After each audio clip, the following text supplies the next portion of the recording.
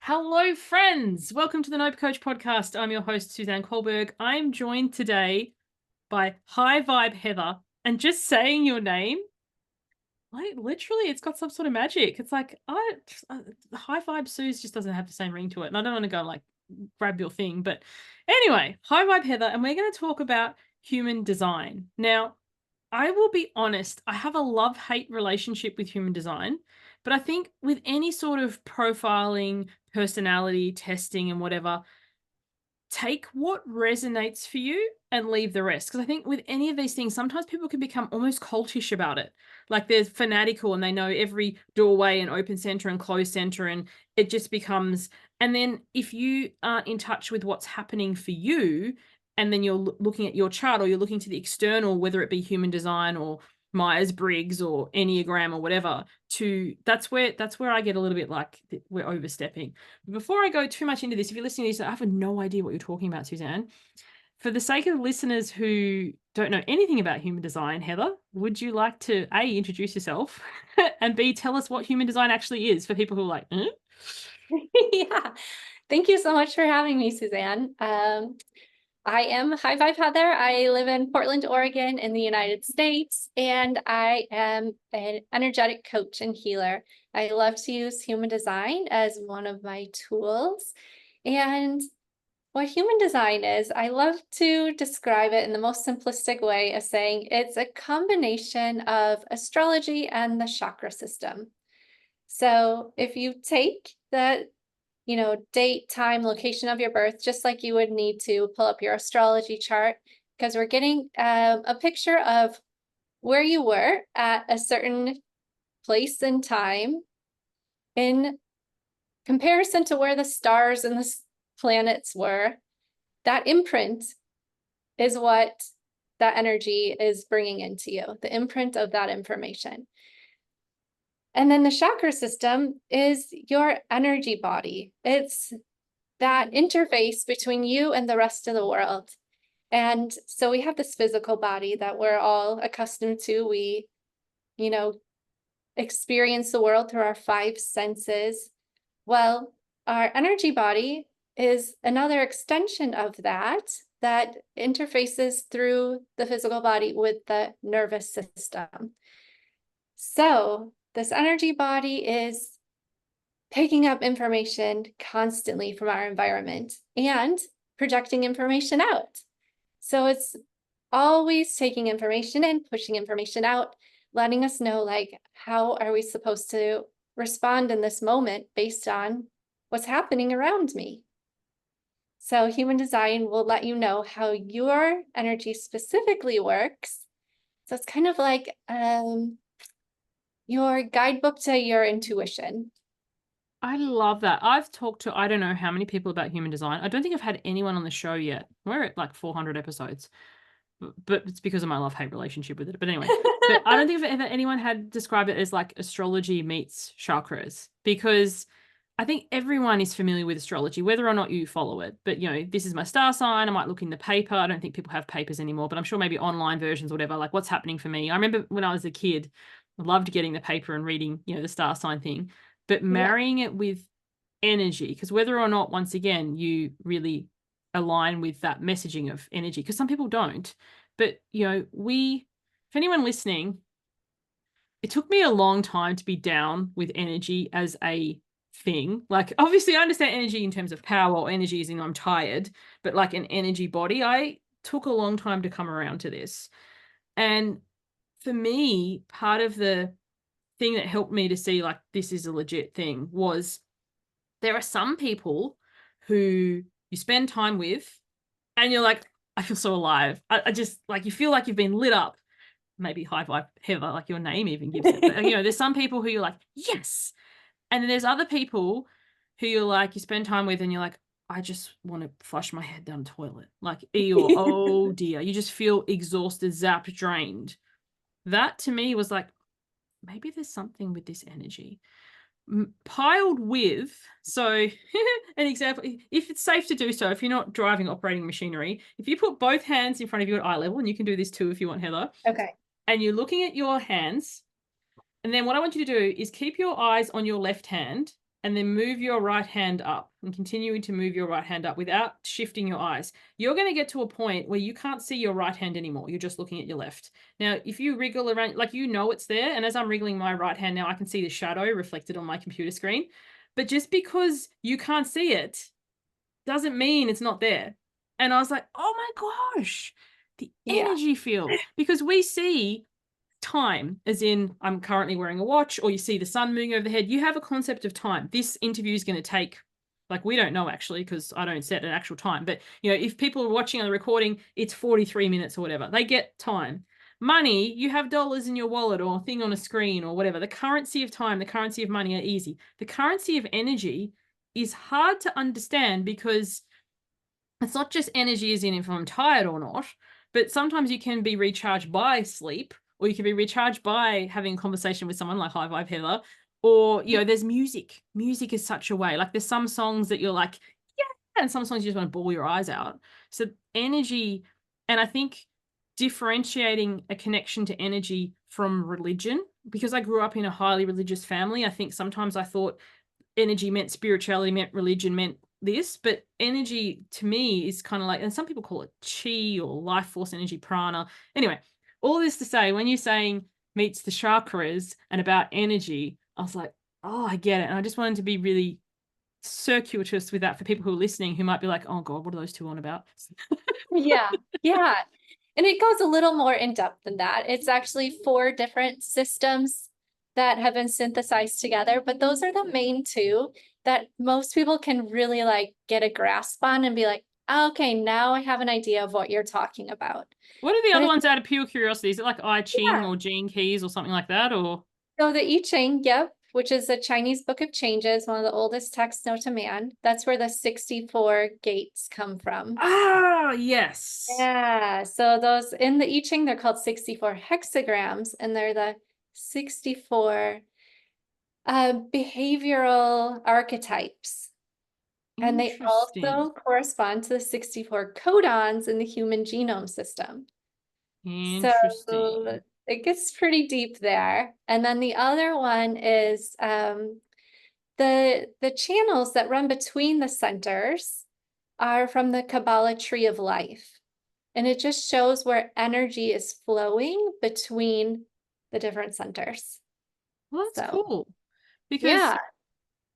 maybe I heard this wrong. You might laugh or you might be horrified. But anyway, I'm nothing if not honest. Someone described human design to me who's obviously not a fan, but the descriptions always stayed with me. It was basically some dude went into the forest or the mountains, took some mushrooms, and came back and said, here's this system. And I was like, well, that sounds nowhere near as complicated as bringing together I Ching and all this sort of stuff. So how do you know, how was it founded? Because like that didn't sound like something that people would want to invest in. Yeah. So, I mean, I don't know that he took mushrooms, but that is the gist of it. So he was a Canadian advertising executive, Robert Krakauer, moved to the island of Ibiza, went into, he was living there for a while. I don't know what exactly happened. He had this experience where he channeled this information. And I guess it took him like a full week to where he was just like receiving and writing, receiving and writing. And he was pretty fried after that. I can imagine. And so then he like went into the forest, kind of went mad. You know, for a minute, he came back, he's fine. Well, now he's passed, but changed his name to Ra Uruhu. And then he actually tried destroying all of it, because that moment he went mad, he was like, oh, it's too much. And then he started the process of transcribing it all, trying to remember it. And then was just like, holy shit, this is such a huge system that I've just downloaded that's like meant to change people's lives, and started teaching it. And that's so cool. I learned from somebody who learned from him. So have you ever watched Stargate, the TV show? No. So I've got so many I should rename my show Pop Culture References. But anyway. I live under a rock. In Stargate, there's this character called Jack O'Neill, And basically in Stargate, they travel to different worlds through a Stargate. They step in and they end up at different places. And there's this race of beings called the Ancients. Someone's probably going to tell me I got the name wrong. But anyway, comment, I'm happy to be corrected. But they created the system, the Stargate system, and then us humans have stumbled across it. Anyway, long story short, they end up on this one planet, and there's this device. And it's kind of like, if you see something, you're like, I don't know. So Jack decides, like, stick his head in because, like, he's obviously that person who's like, let's just, and all this information from the ancients gets downloaded into his brain. And it's too much for him to handle, and he kind of goes mad, as you know. But I just think there's something to, and it's interesting having a whole conversation about, channeled information and everything. It's funny. I don't resonate as a channel myself, but I was telling you before, and for anyone listening, I know things. Like sometimes people will come to me, it's like, I need your wisdom or your voodoo or your insight or your instinct. They're like, I just, I've always had it. I just know things. So I have a session called I Know Things on my website, shameless plug. But anyway, I just love how it's kind of like, he had the information, but my curiosity is, had he studied the I Ching and all this other stuff beforehand, or did it just naturally like cross over? Like, I'm fascinated by that. Actually, I don't know that part. Because you think about it, if he channeled it, but then they'd also channeled it, and the channeled stuff would line up if it was, anyway, just blows my mind. That's literally everything I told you about the story is the extent of what I remember from what happened with him. But I have heard that there are other systems not called human design, but are basically the same thing from different parts of the world that were channeled by other people. And They so line up. and it's not this isolated thing. This just happened to be the one that took off, that people. Yes.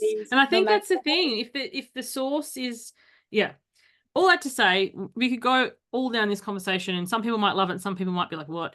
But what I want to chat about today for people listening who are like, okay, I'm kind of intrigued. How do they find out what their human design is? Yeah. So there are calculators.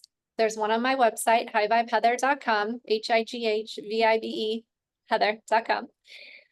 There's lots of them everywhere. You could just Google it. But you put in your birth information. You need your birthday, birth time, and location.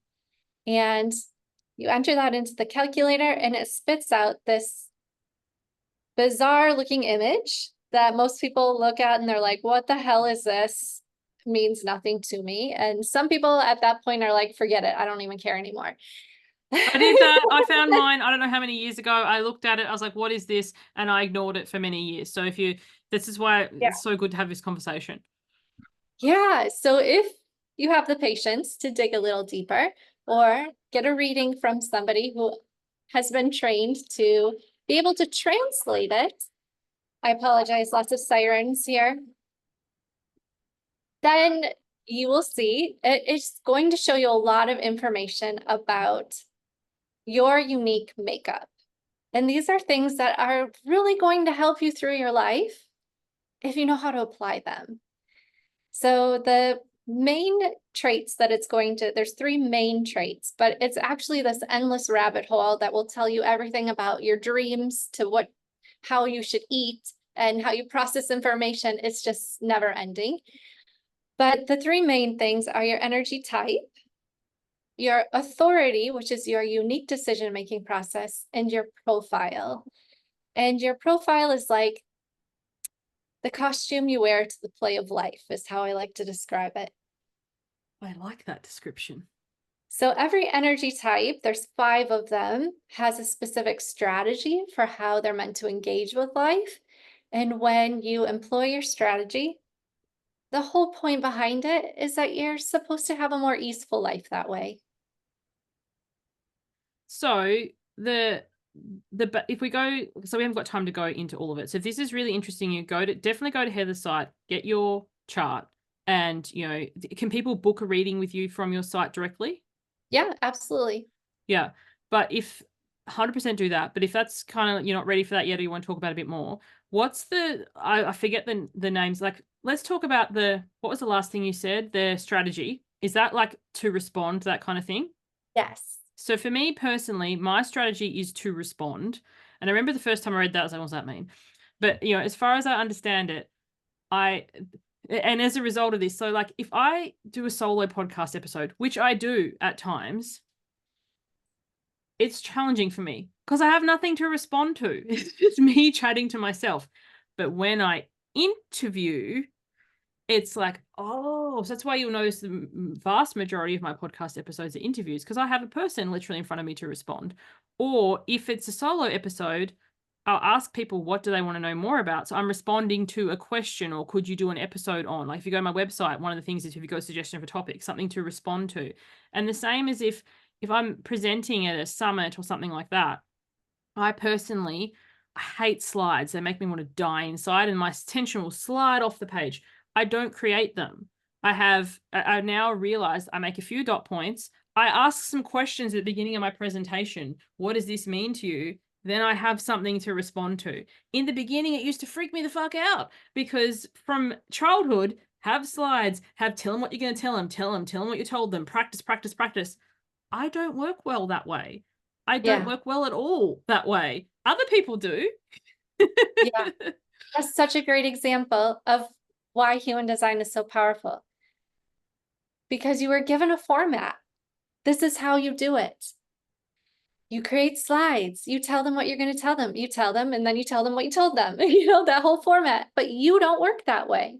Yes. Human design is all about helping us to live into our individuality, our unique qualities, so that we can be more authentic to how we actually work well, instead of trying to fit ourselves into this cookie cutter mold. And that's the problem that I think human design came here to solve, is to help us break out of this homogeny where we're all told that you have to live life in this fashion, and if you don't, you're a failure. And so many people have tried to, okay, I went to school, I got the job, I got married, I got the kids, I got the house, and now I fucking hate my life, and they're depressed. And, we've got this whole litany of problems that has been born off the back of what I like to blame the Industrial Revolution, trying to codify life for everyone. And people have lost the joy in living. I love that. And also too, sometimes when people see their type or whatever, and it's like to respond, well, I've got nothing to respond to. I don't have an audience yet. I can't have a business. It's like, you can work the system. Like I know doing presentation solo, I don't do well. So other things I've done before is I invited clients to come into the Zoom room, but I've just spotlighted me. I'm responding to their faces, because when I talk, I do well when I see they're nodding or they're smiling or whatever. Or, just you can find ways. So sometimes I think people see it, and I know I did in the beginning, it's very limiting. Well, if I don't have anything to respond to, I can't do anything. So I'm just going to sit here like a person on a mountain. And, and the other one is, I think it's the authority one. Like some people have the sacral, which is like, they just know. I'm an emotional authority. Knowing this has changed my life, because I'm a sucker for a sales pitch. If I go somewhere and they're going on about how amazing it is and they have these bright testimonials and whatever, I'll be taking out my credit card, and then the next day I'll have the biggest buyer's remorse. So I know now I never make a decision on the call. I don't care if you offer me a free set of steak knives or a trip to, Bali. It's a no from me right now. And sometimes it's a big sales thing. Like you forget them to say, but it's like, I can't make any decisions in emotion, high or low. Like when I'm feeling really sad and whatever, it's not the time to be redoing my business or whatever. It's like, no, have a cup of tea, read a book, come back to this tomorrow from its neutral state, because decisions made in either emotion, like, oh, it's going to be amazing. What the hell did you just buy? Exactly. Or, oh my God, my life's terrible, I need to change it. You were just having a moment. Yeah. And if you wait 5 minutes, 24 hours, you're going to have a completely different perspective and arrive at a very different conclusion. So it is all about helping you return to what's going on inside of your own body. Like, what state am I in? Am I in a good place? to make a sound decision right now? Yes or no? Okay. No. Well, then I'm just going to wait. That sounds like common sense. But if we're not aware of what's like happening in the background, what actually is going on inside of us that's driving our decisions, then we're going to continually make those same mistakes over and over again, end up with those regrettable choices that some things, are pretty small, like, okay, whatever, not a big deal, but I ended up with a new mattress or whatever. Or sometimes you end up Midlife crisis car. yeah, a midlife crisis car, or you get married, or you end up with a kid, like things that are really hard to undo. So take a pause, Yes. check in with yourself, become aware of like, how does my energy talk to me so that I can make the best course through life without needing to constantly correct. So my next question is, like, it was a two-parter.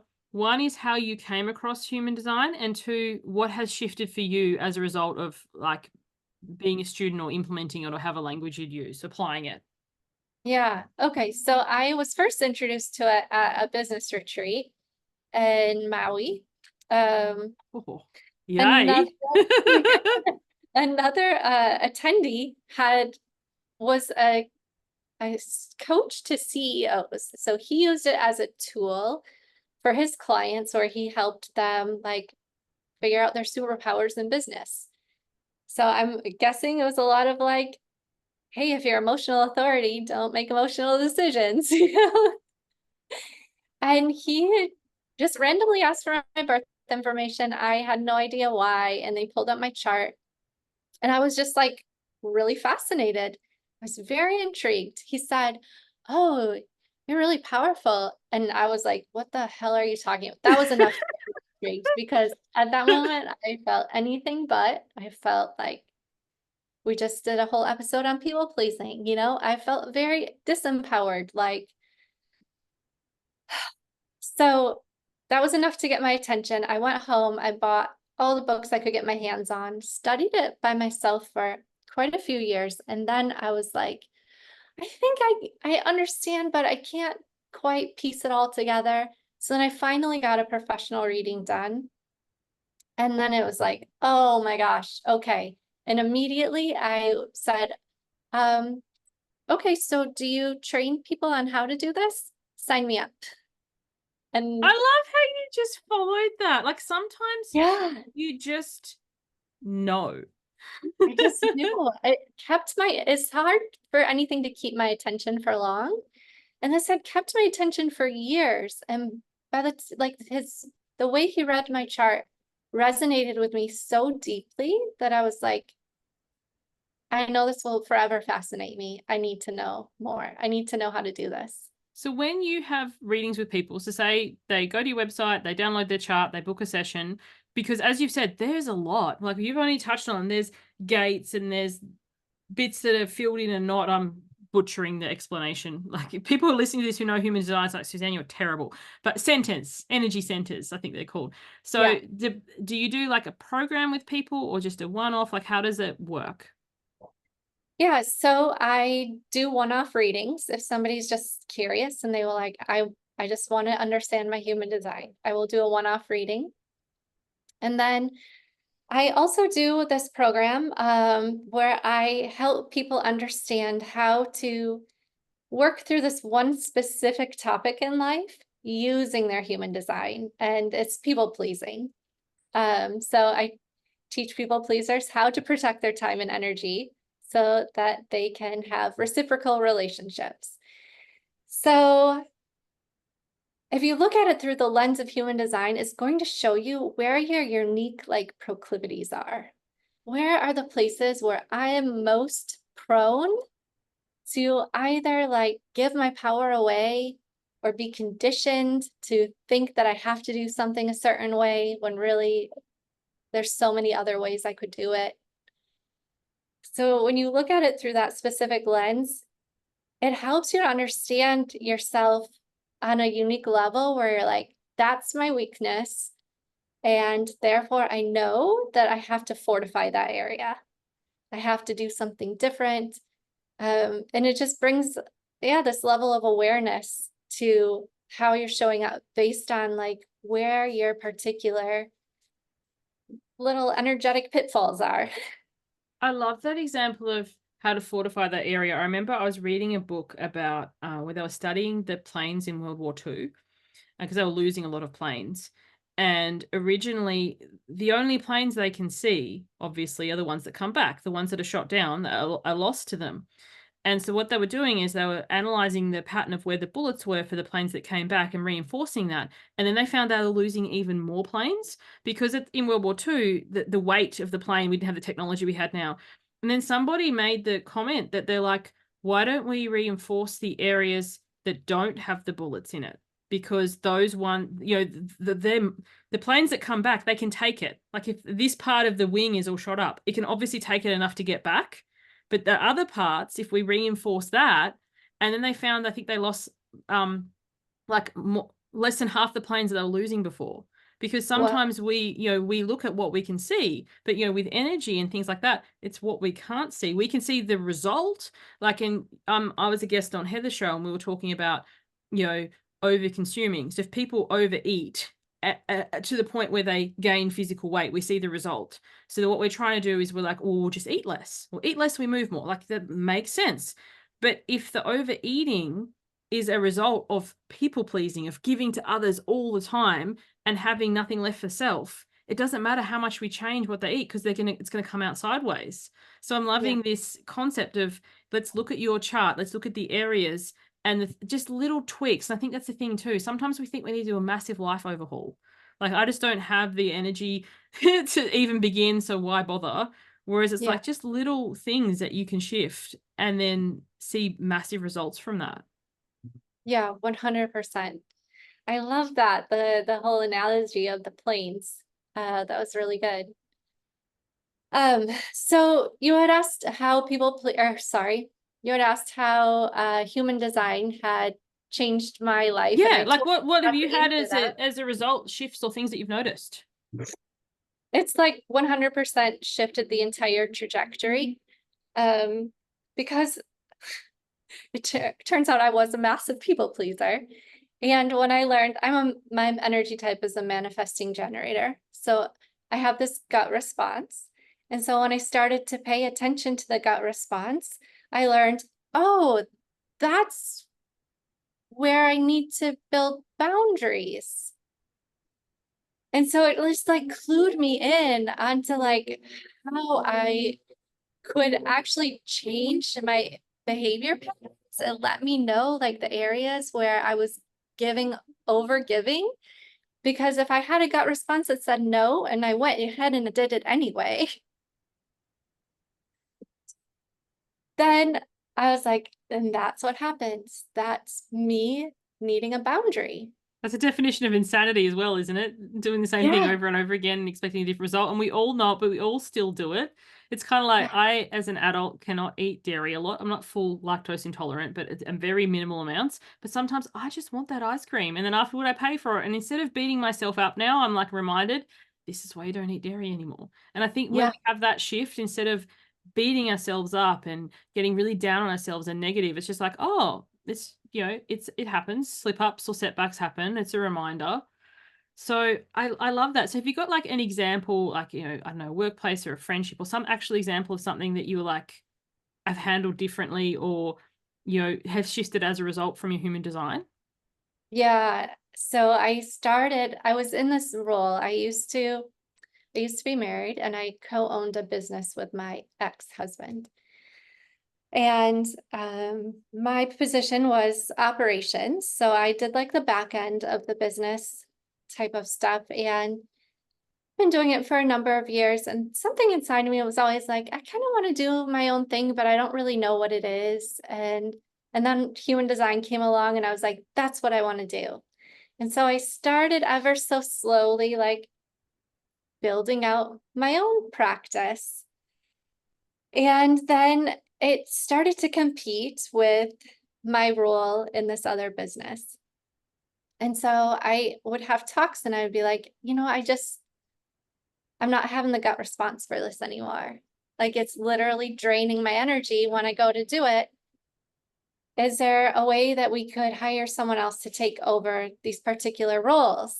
And so we would have these conversations, and they would end up a lot of times in major conflict. Um,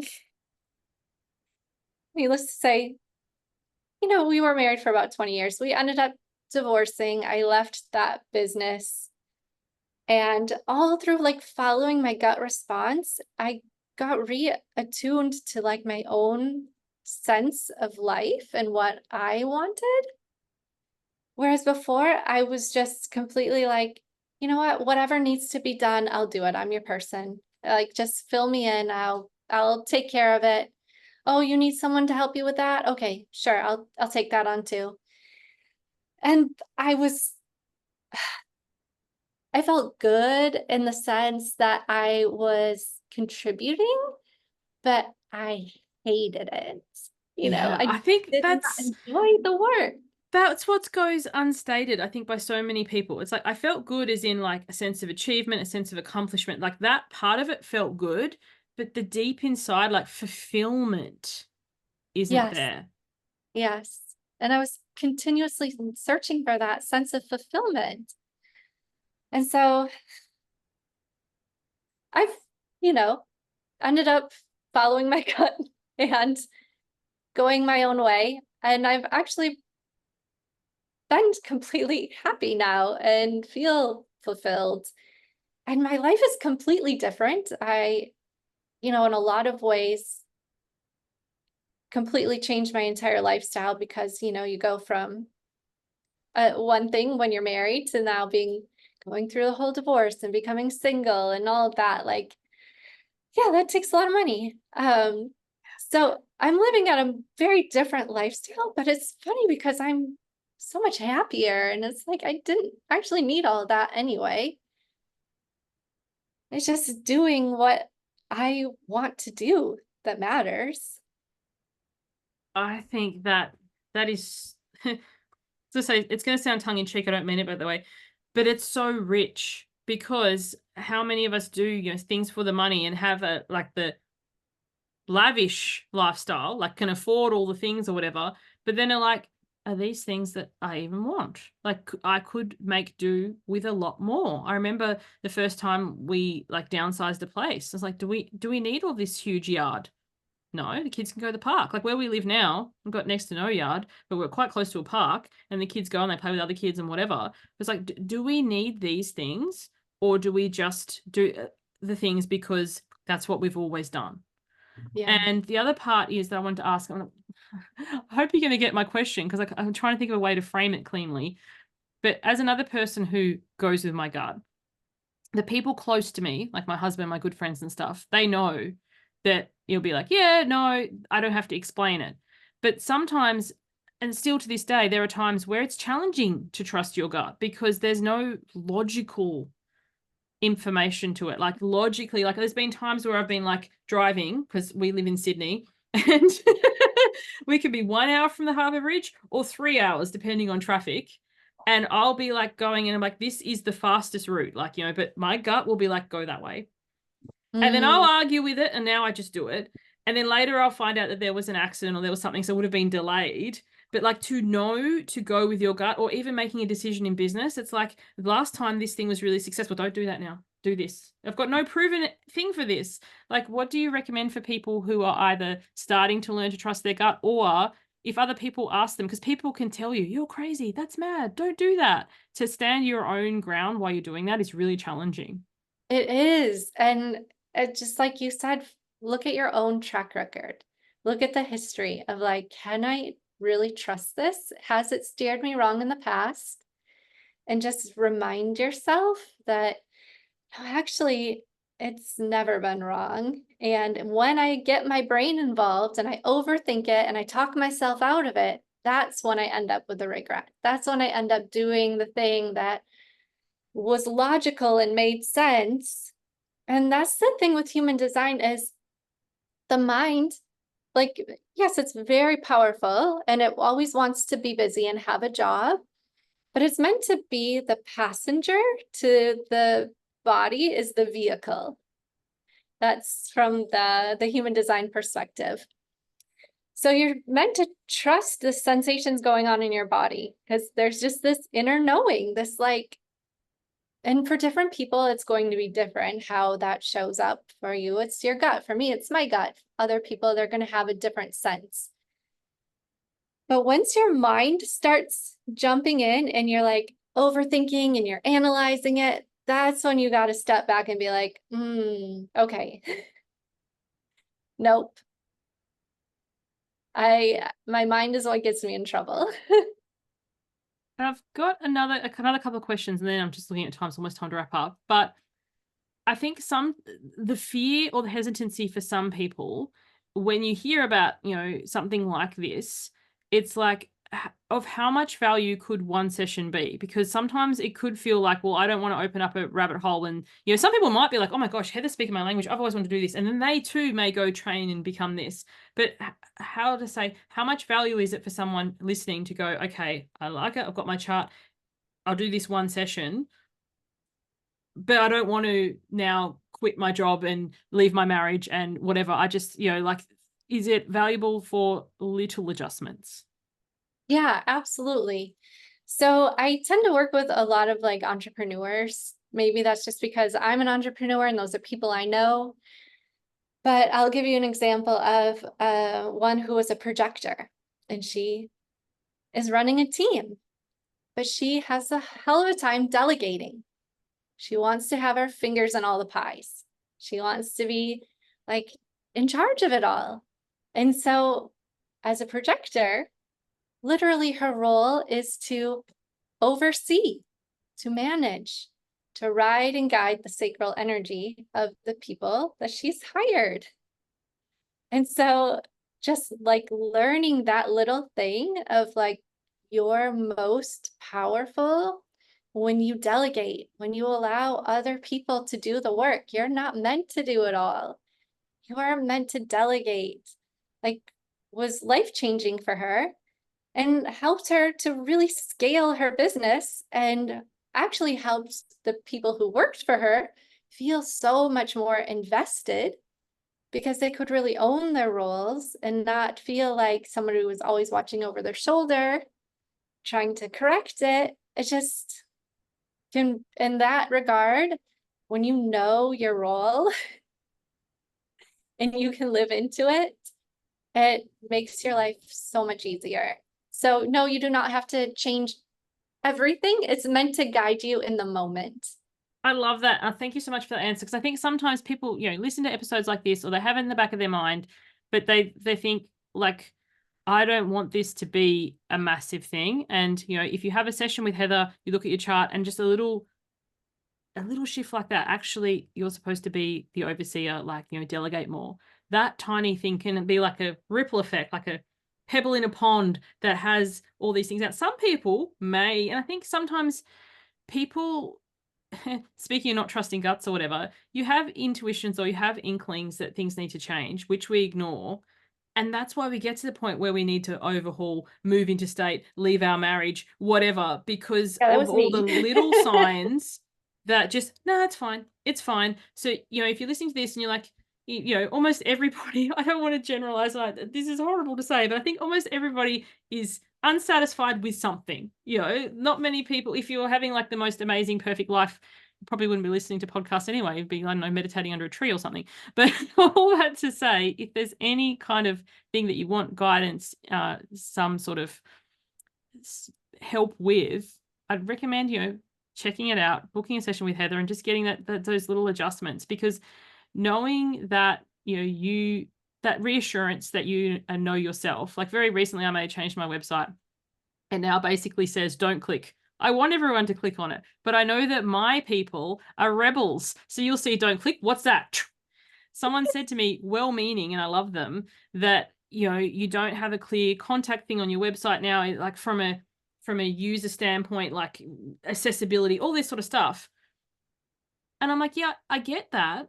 But I also think if you really wanted to contact me, you would find a way. Like, you wouldn't go, oh, she doesn't have contact on the menu bar, and ignore it. And also, it's down in my footer. So, like, there are ways for people, but I think, sometimes we ignore our guidance to things because we're like, no, you have to do it this way. Like, if you prepare a meal, you have to eat your entree and then your main and then your dessert. Like, imagine if you went to a restaurant, it's like, I'm just going to order dessert first, like, because I feel like it. And actually, I've had that thought before, because if we do 3 course, I've never got room for dessert, but I love desserts. So it's like, why That's don't I just fine. start with it? Exactly. And that's the thing. Human design is meant to be an experiment. Like, you don't have to take everything so seriously. Like you said at Yes. the beginning, take what works and if the rest, leave it. If you don't like it, it's an experiment. So And imagine yeah, if we live life more like that, as in not so serious. Because I heard yeah. a term yesterday that I hadn't come across before. I've heard FOMO, fear of missing out, but this was FOMU, fear of messing up. And I'm like, I think, oh my gosh, because and so much time we spend our life in this research phase because we've got to do it exactly right. But if Yeah. instead we're like, we dabbled. Now, don't do this if you're deciding to become a brain surgeon or something. By all means, please do all the proper education and years and study and practice. But if you're like, I want to move something around on my website, or I want to put a new offer out, or something that doesn't have big long-term implications, why not, as you said, experiment? Yeah. It's an experiment. See what happens. See what happens if you follow your gut for a day. Yes, I If love it. that's your strategy. So Heather, thank you so much. This has been like a wealth of information. So for the listeners, once again, like, you've mentioned your website and stuff, but mention it again, what it is that you do and where they can find you. Yes. So I do human design readings. I am an energetic coach and healer. So I help people use their energetic system, understand it in a way that they can apply it to their lives and actually make changes that help them live more easily. That probably wasn't articulated all that great, No, but I think that was great. I loved it. okay, And what's your okay. website again, just to remind And people? my website is highvibeheather.com. I love it. Thank you so much. Thank you, everyone, for listening. I'll catch you on the next one. Bye for now.